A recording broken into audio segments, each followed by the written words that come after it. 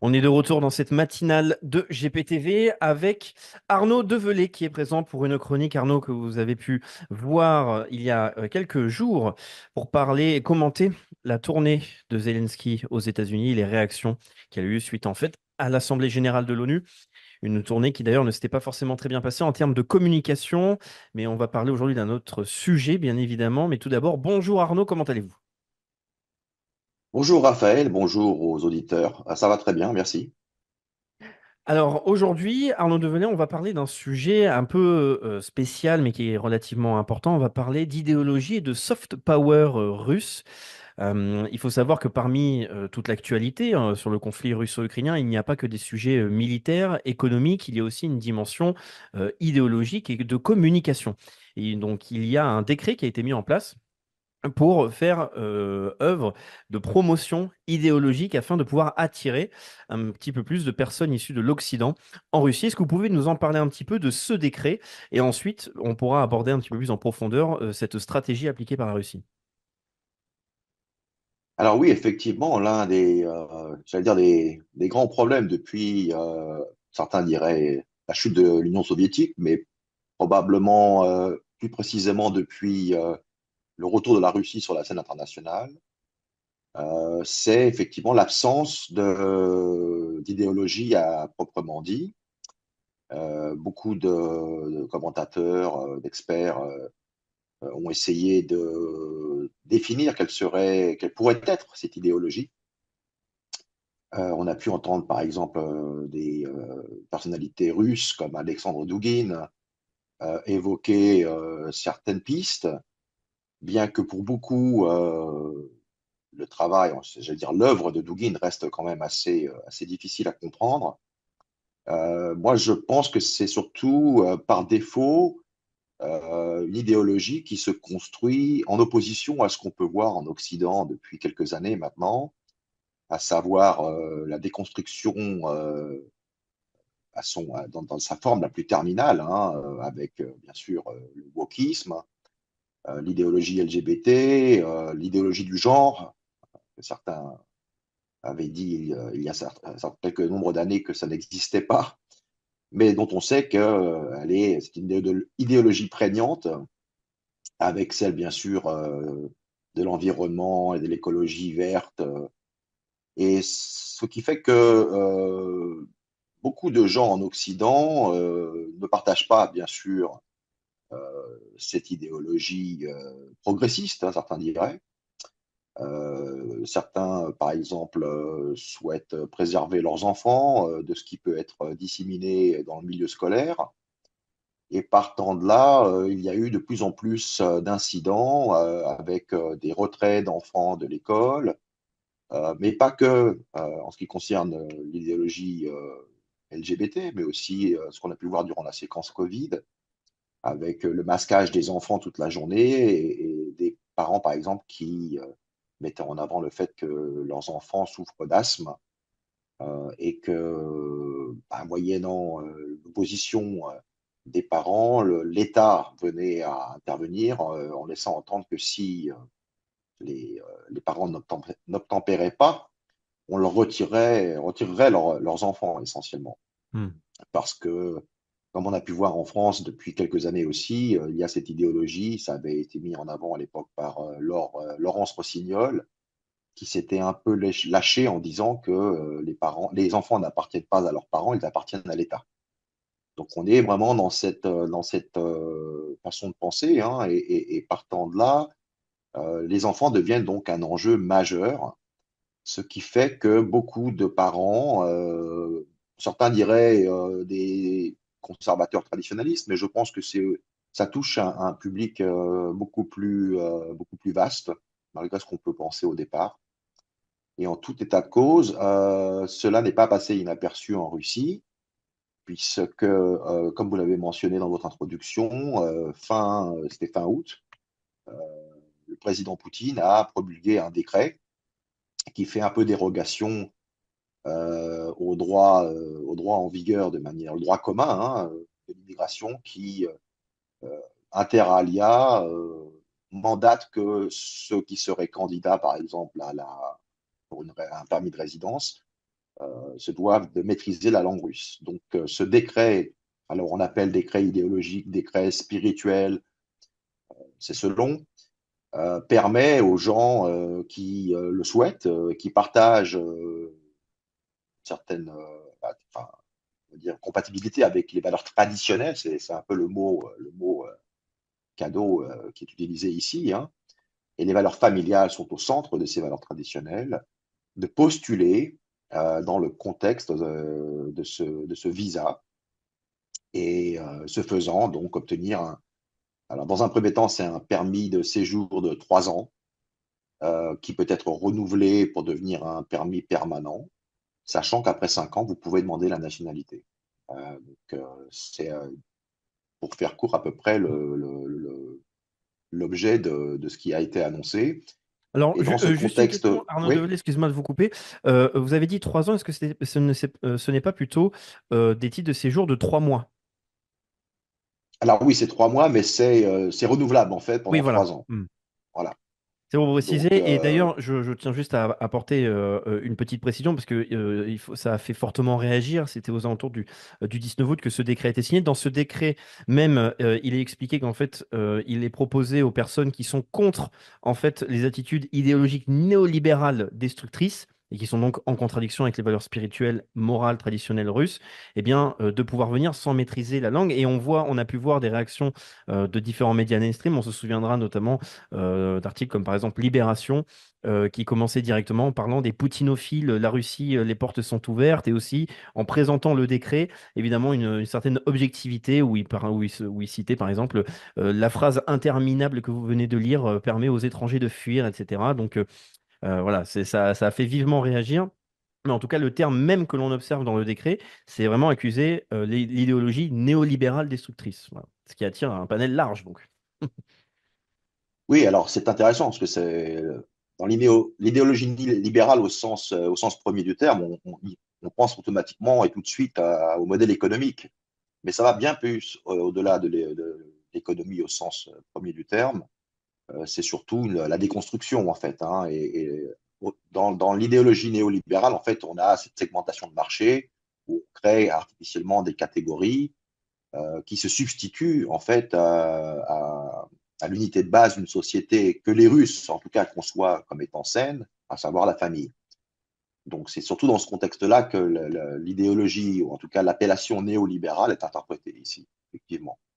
Hmm. Donc, en tout cas, en tout état de cause, le décret donc a été planté. Après, il est maintenant question de le mettre en application au travers de l'adoption d'une loi cadre. Ce travail est échu maintenant à la députée Maria Butina, que nos lecteurs probablement ont entendu parler de par ses tribulations aux États-Unis, et qui est donc rentrée en Russie en 2019, avant de se présenter à la députation, être élue. Elle a souvent été associée au processus de négociation visant à faire rapatrier les citoyens russes ayant été, pour pas mal d'entre eux, incarcérés en Occident. Et c'est donc elle maintenant qui chapeaute, si je puis dire, le projet de loi.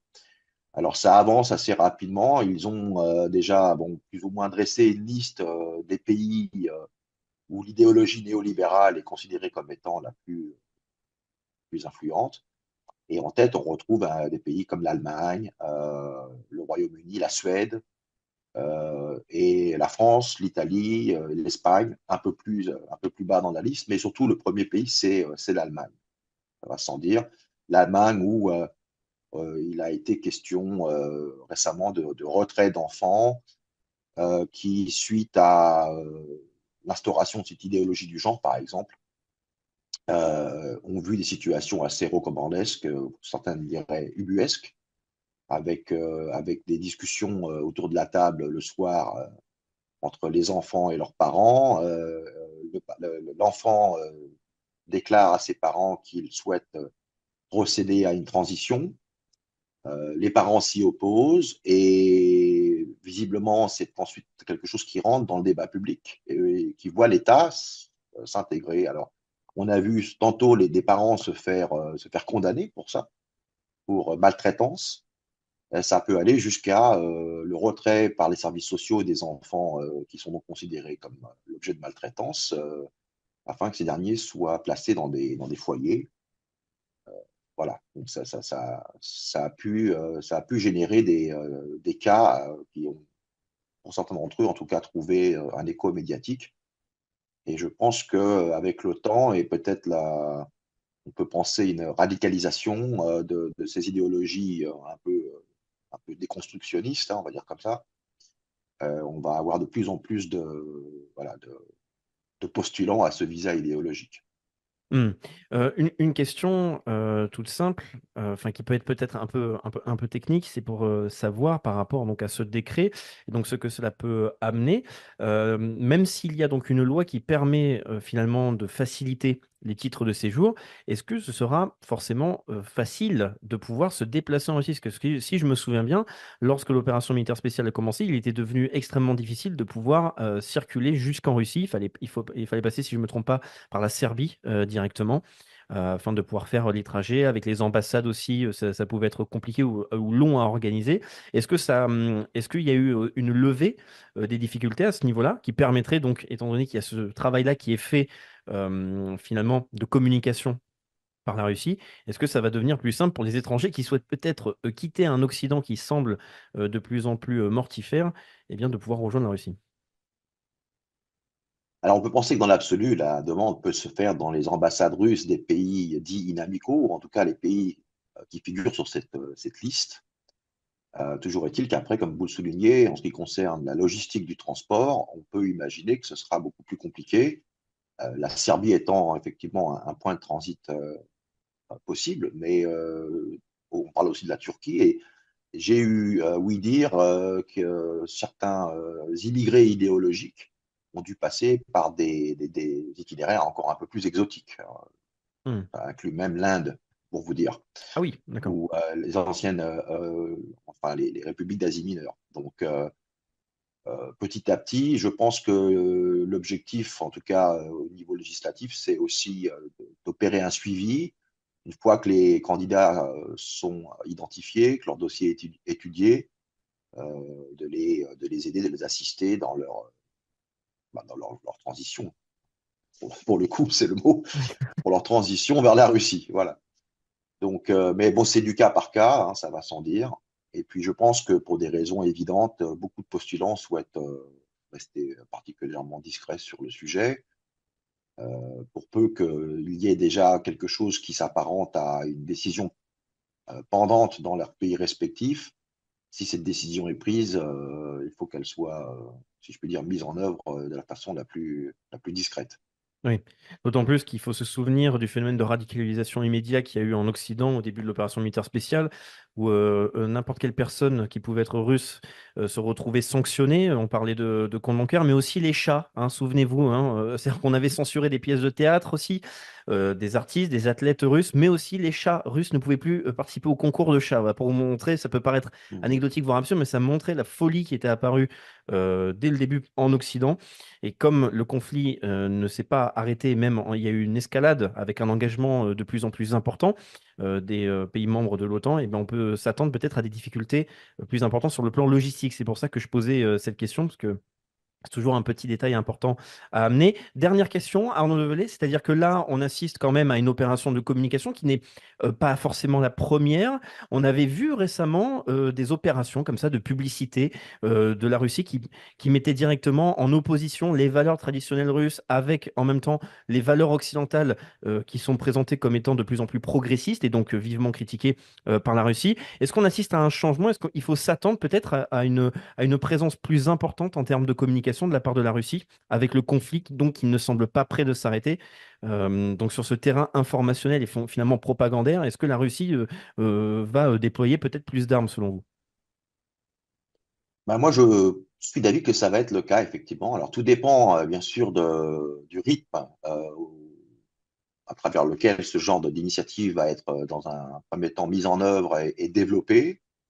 Mais je pense que en fonction du flot de candidats, c'est quelque chose qui va certainement bénéficié de certaines attentions au niveau politique ici, et donc partant de là, certains financements, gardant à l'esprit que durant la première guerre froide, hein, pour peu qu'on puisse parler actuellement d'une deuxième guerre froide, et pour moi c'en est une, il y avait à l'époque ce mur, hein, de Berlin qui justement était censé, alors les situations étaient quelque part inversées à l'époque, mais pour empêcher justement les ressortissants du bloc de l'Est à l'époque de voir comment les gens à l'Ouest vivaient et ainsi démystifier tout ce qu'on avait pu leur mettre dans le crâne, sachant que de nos jours, la Russie est quand même présentée d'une manière assez caricaturale. Et vous le soulignez il y a quelques instants, effectivement, tout ce qui s'apparente de près ou de loin à la culture russe, au monde russe, est systématiquement dénigré, voire même annulé ou cancelled, comme on dit. C'est l'idéologie importée des États-Unis, la cancel culture. Et partant de là, c'est au-delà de l'aspect purement militaire et économique, ça devient vraiment maintenant un enjeu idéologique dont on peut penser, et c'est d'ailleurs le mot qui est utilisé par les législateurs ici, hein, autour du projet, c'est de créer en fait une nouvelle arche, hein, qui serait un peu le dépositaire de tout ce qui a fait l'Occident, hein, tout ce qui a fait que l'Occident a contribué grandement à l'histoire mondiale. Et ça inclut bien sûr les valeurs traditionnelles, la religion, l'art au sens premier du terme, et certaines conceptions d'un équilibre au niveau de ce qui fait fonctionner une société correctement. Donc la Russie est parfaitement, dans ce contexte-là, tentée de se réinventer, si je puis dire, comme une arche du 21e siècle, qui, pendant que l'Occident semble s'embourber de plus en plus dans des contradictions internes, idéologiques, mais pas que, jusqu'à peut-être une implosion, hein, ça l'avenir nous le dira, la Russie se présente comme effectivement cet, cet endroit où l'avenir peut être préservé. Et partant de là, faut garder aussi à l'esprit qu'il y a quand même un problème démographique en Russie, hein. C'est-à-dire qu'on a une économie qui est quand même classée quatrième au monde, avec des ressources naturelles illimitées, mais que des pans entiers de son territoire sont littéralement vides. Donc, je pense qu'il y a, bien sûr, au-delà de l'aspect purement propagandaire, comme vous le disiez, un aspect purement intéressé quant à combler ce manque démographique. Alors, est-ce que ce sera en soi de nature à accomplir l'objectif de densifier ces régions de la Russie qui le nécessitent? Ça, j'en doute un peu quand même, parce que, bon, on peut parler peut-être d'une immigration qui, dans le meilleur des cas, pourrait s'estimer peut-être à quelques centaines de milliers, voire 1 ou 2 millions. Est-ce qu'en cela, cela suffirait à peupler des régions qui, disons-le tout de go, ne sont quand même pas des plus attrayantes, comme la Sibérie ou, bon, tout cela dépend aussi des opportunités économiques, de la possibilité, la capacité d'assimilation des nouvelles populations. Le russe étant quand même une langue particulièrement difficile à apprendre, qui n'appartient pas au tronc commun latin, par exemple. Donc, c'est quelque chose qui est ambitieux, mais il faudra quand même réévaluer de temps, enfin, de manière régulière pour voir si c'est quelque chose qui tient la route, quoi. Mhm. En tout cas, une stratégie d'accueil qui vise un projet à long terme et qui surtout propose une dimension idéologique et aussi spirituelle. C'est écrit dans le décret même. Donc, pour chers spectateurs, reprenons non pas intégralement les propos de Libération, mais on va pas dire simplement les poutinophiles, mais moi je dirais plutôt déçus de l'Occident, les personnes qui sont inquiètes de l'évolution en Occident, eh bien voilà, il y a des choses, des éléments qui bougent et des portes qui s'ouvrent, et notamment en Russie. Donc ce sont des éléments à surveiller, bien évidemment. Donc merci beaucoup Arnaud Develay, je le rappelle, hein, juriste international, analyste politique et aussi auteur d'un livre. Alors je vais essayer de bien le prononcer cette fois-ci, Foreign Entanglements, que vous pouvez retrouver directement sur Amazon, un livre extrêmement intéressant. Il faudrait d'ailleurs qu'on puisse en faire un sujet intégral. On avait essayé une fois, mais il y avait eu des problèmes de connexion pour parler en fait de l'historique ukrainien, mais surtout de la présence américaine extrêmement grave en fait, hein. On parle de sujets très sérieux Contrôle dont externe, oui, voilà, c'est ça. contrôle externalisé de l'Ukraine par les Exactement. États-Unis. Ouais. Donc il faudrait pouvoir en parler car c'est plus que jamais d'actualité, bien évidemment, surtout avec les élections américaines. Ça nous permet d'avoir plus d'éléments pour savoir ce qui pourrait arriver selon qui sera élu et donc quel finalement lobby ou groupe d'influence pourrait gagner en pouvoir aux États-Unis et donc en élément en levier d'action sur la politique extérieure. Voilà, donc merci beaucoup Arnaud. Dernier élément pour vous, une question que je vous pose avant de conclure. Est-ce que vous avez une actualité particulière que nos spectateurs peuvent suivre ou alors comment suivre vos travaux? Ça aussi, je pense que c'est un bon rappel à faire. Oui, bah, mon actualité, c'est que je vais couvrir donc le sommet des BRICS à Kazan la semaine prochaine. Donc, on pourrait probablement faire une chronique Avec grand à mon plaisir. retour. Et puis, sinon, bah, écoutez, les gens peuvent me trouver sur Twitter, hein, sur X, hein, donc Invictus. Alors, il y a une série de chiffres, je ne m'en souviens jamais, mais ils me trouveront à la Invictus L 200, 1, 2, 3, 4, quelque chose comme ça. Hmm. Et bien Voilà. de toute façon, vous pourrez y accéder parce qu'il sera sur notre propre poste de X. Il y aura évidemment Arnaud Develay qui sera tagué, comme on dit, donc comme ça vous pourrez le suivre. Et bien évidemment, je vous enjoins à soutenir les auteurs, donc à lire des livres et surtout, là, ça peut faire travailler votre anglais, qui ne serait pas mal, à mon avis, parce que je crois qu'il n'est pas encore traduit en français, cet ouvrage, si je ne me trompe pas. Non, j'y travaille, j'y travaille. J'ai des contacts avec un éditeur, mais ça prend du temps. Oui. Bon, merci beaucoup Arnaud Develay. Ce sera un plaisir de pouvoir vous accueillir à nouveau. Et bien évidemment, oui, vous faites bien de le rappeler avec le sommet des BRICS à Kazan. Ben, si vous êtes présent là-bas, ben, ce sera très appréciable de pouvoir vous recevoir afin de faire le point et d'avoir donc un autre son de cloche que celui des médias mainstream qui, à mon avis, sera légèrement biaisé. Voilà. Donc Avec merci beaucoup plaisir. Arnaud. Et on se retrouve tout de suite pour le grand angle avec Nicolas Stoker. À tout de suite, chers spectateurs. Alerte Info. Géopolitique profonde prend sa place dans le paysage médiatique français. Bonsoir à tous, vous êtes sur Géopolitique Profonde, la chaîne qui est là pour remplacer les médias subventionnés. On investit maintenant la rue. Et on veut vous entendre. Le gouvernement de M. Macron nous a obligés et nous a enfermés chez nous. Mais on a besoin de votre soutien. Alors cliquez sur le bouton j'aime pour nous soutenir.